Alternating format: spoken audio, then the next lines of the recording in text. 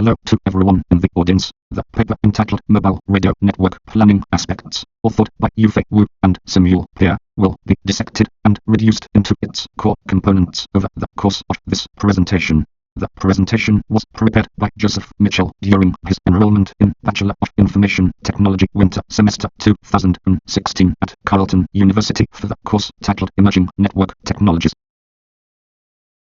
To introduce the concept of a cellular network, we can inspect the aspects considered during the planning phase of most 3G networks. In no particular order, the planning phase consists of architecting the traditional network solution, which encompasses the quality of service provided by the solution, the cost of implementing or provisioning a solution, the traffic coverage ratio a solution provides for the communication system, and the resource utilization of the solution. After all related equations are compiled, the complexity of the problem is deemed as NP-hard. The main goal for the service provider in planning mobile networks traditionally is to cover the maximum number of subscribers in the system. During the planning process, after an initial solution is reached, the optimization process uses an effective profit maximization algorithm to refine the network model. The resulting solution is based off this cost-minimizing planning and optimization model that has emerged. However, the decision variables, design constraints, and objective functions can still be redefined to alter the vector targeted by this optimization. The working area is a geographical theater where a mobile network is intended to operate. Each coordinate can be represented as an array of information describing the physical attributes of the radio system when deployed on location. Two basic sets of locations contained in the working area are 1. Candidate sites for base stations simulating the provider's carrier signal, and 2. Traffic test points simulating subscriber demand for information to be carried on the signal.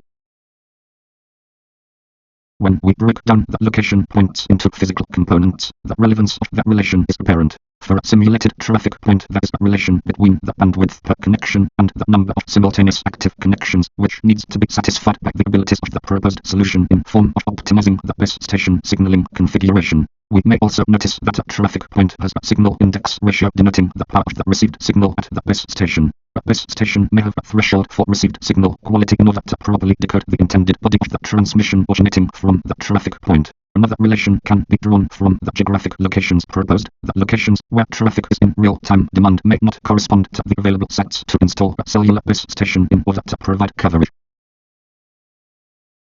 To use an analogy, money makes the world go round would adequately describe the use of radio signal if one word was added and the sentence was rearranged. Money makes signal go round the world is the intended craft statement. The business objective in this scenario is to minimize the cost of the system, and in order to reduce the related cost we must first define it. The overall cost of a radio access network in the predefined working scenario is the sum of 1. The non-configuration cost of each base station antenna, and 2. The associated configuration cost for the antenna.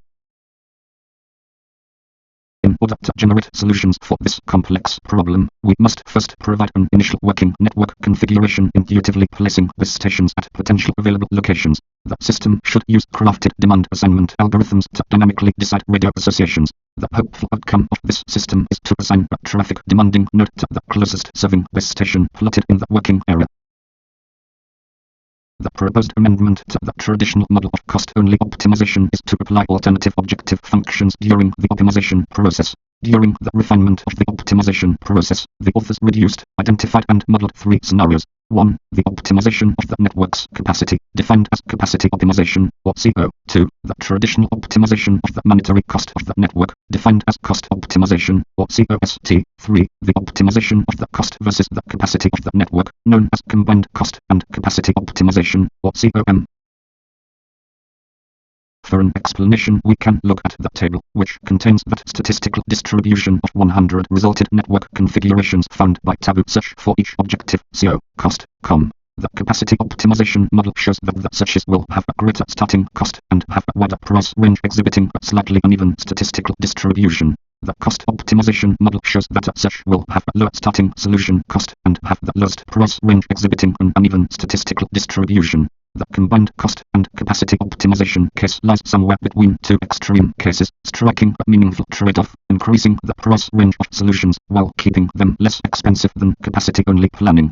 The main contributions to NP-hard cellular planning problems that the authors of the paper presented are in form of an amendment to the method for which the cellular network is optimized. A list of the key aspects of the summation of this presentation are outlined by the following. 1. Reflect on the dynamics of the various requirements of potential mobile operators while planning the network's design. 2. The decision variables and traffic capacity are optimized in an integrated step opposed to the traditional method. 3. The model is built to represent 3-tier hierarchical cell structure using different equipment types to generate dynamic coverage areas, adding more detail to the system model. 4th, the final models accurately incorporate the important mobile radio network planning issues such as the radio propagation, interference, coax, and traffic as defined in the initial problem. I would like to thank the authors of the original paper, Mobile Radio Network Planning Aspects in 2007, Yufei Wu and Simuel Pierre for tailoring this evolution. This has been a digital presentation authored by Joseph Mitchell in 2016. He hopes you enjoyed it.